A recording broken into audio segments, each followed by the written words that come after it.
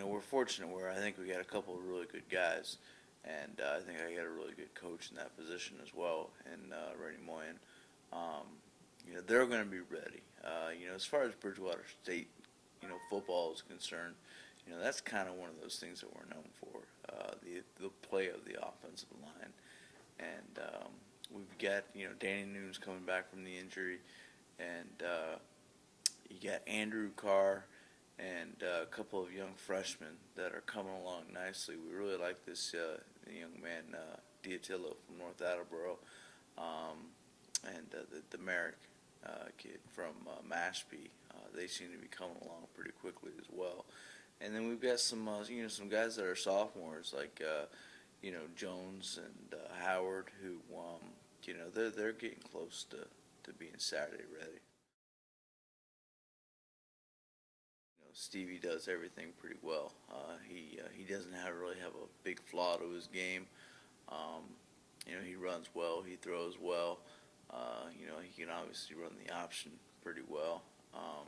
And he reads defenses. He's a pretty crafty football player. And I think he's going to have the luxury of having more weapons around him this time than his last go around. We got a lot of talent around him between Texera and Beck and the tight end Tony Cena, we hope to utilize quite a bit this year. He's actually he's a little banged up right now, but Jay Ashley has looked real good filling into that position, and then you got Creedon and Fuller in the backfield, so it doesn't have to be the Stevie Clark show, which it kind of had to. Last time he was in the position, he had to do a lot of stuff. He's going to be able to distribute the ball a little bit and take a little bit of pressure off of himself that way. You think about that more on Friday night. How am I going to get this person involved versus how am I going to get this person involved? When it comes to Saturday, I think you really kind of, you fall back on what do we do well, and what is the defense basically demanding that we do at this point. If they're going to play 8 men in the box, well, God bless them. Let them try to defend the option and play option pass at the same time. If they're going to put 7 of them in the box, we're going to do what we're known to do, which is run the football until you stop us. And so it's one of those things that really it works itself out easier than you think on a Saturday. But you probably, you give it some thought on Friday night. You can't replace a kid like Bruce Burley.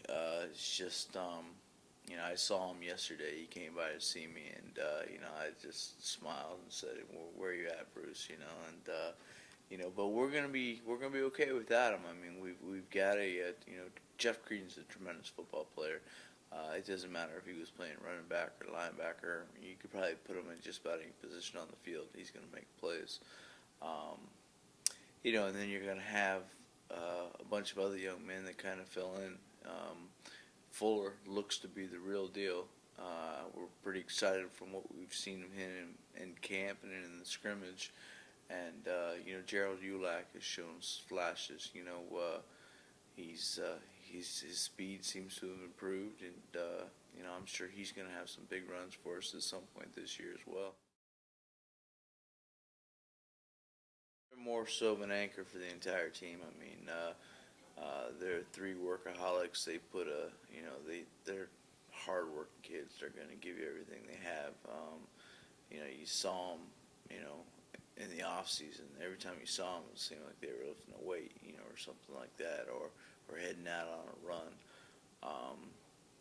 They've been great leaders for us, and they're all good ball players.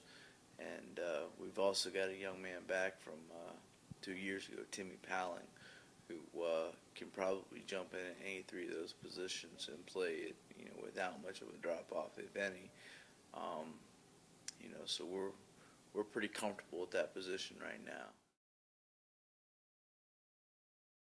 Garrett Dyer, he looks real strong in camp.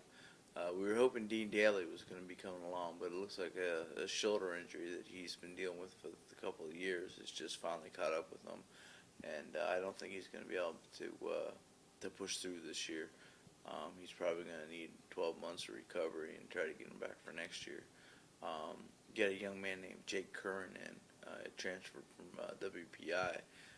Has looked very solid in camp, and a true freshman named Paul Milicheric from Glen Rock, New York, and he was down on scout team, running against our starting offense for a couple of days, and after a couple of days of not being able to block him, we told Coach B, you got to get him up with you. I mean, this kid's a terror. We can't block him, and he saw quite a bit of time against Plymouth State in the scrimmage, and he did well, real well for a freshman. Well, we got Josh Duquette back, which is, that's something that really helps me sleep a little bit better at night. We kind of, without him last year, it was, really concerning, without him being able to kind of play center field against everything. And, so Josh is obviously a huge addition, or, re-entry, whatever you would call it, back to the program. And then Kevin Lodano has really made some big strides. We knew he was going to be good when he got here, but I don't think, at least personally, I didn't think he was going to be this good this quick. And he's proven me wrong. He's got the potential to be an all-league player, I think, this year as a sophomore. And then you got Johnny Faroba, who's, Johnny's Johnny. He's not gonna, wow you with his speed, but he's always gonna be at the right place at the right time. He's a ball hawk. He understands. He's a coach's son. He understands the game, and he knows how to be at the right place at the right time. I think the real big surprise so far back there has been Jordan Thompson. Jordan's a young man who got cut 2 years ago from this squad, and he worked his butt off, and was like 4th, 5th string quarterback for us last year. Kept bugging us during spring ball. It's like, let me try DB again, and we threw him over there for a practice. Coach Cal loved him. I said, hey, put him over there and give him another shot on the defensive side of the ball, and he's just taken it and ran with it. So he's got a long way to go.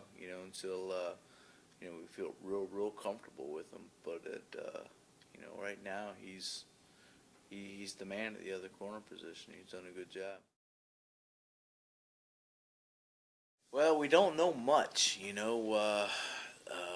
They don't have to exchange films with us, being a non-conference game, and pretty much elected not to. Mike Landers, he's a Bridgewater guy. He's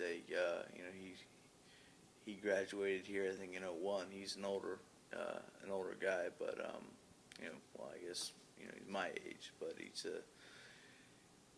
so he's a workaholic. We know he was at Nichols, and he was a 4-3 guy when he was at Nichols. From what we hear, offensively, they're going to be pretty multiple. They're going to do a lot of different things. Personnel-wise, all we have to really work off of is last year's stats and stuff like that. And, I think we're going to see a very fast team on Saturday. I think they're going to be very athletic. They may not be as big as us across the board, but they're a scary football team. You look at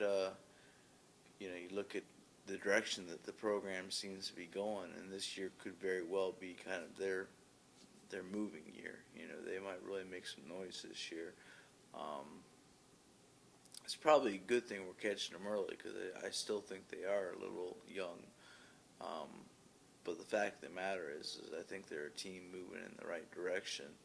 And, they beat Plymouth State last year. They beat, the team that won our conference last year, and caused 6 turnovers in that game. And, I think they're going to have some guys running around on defense, and I think they've got some playmakers on offense.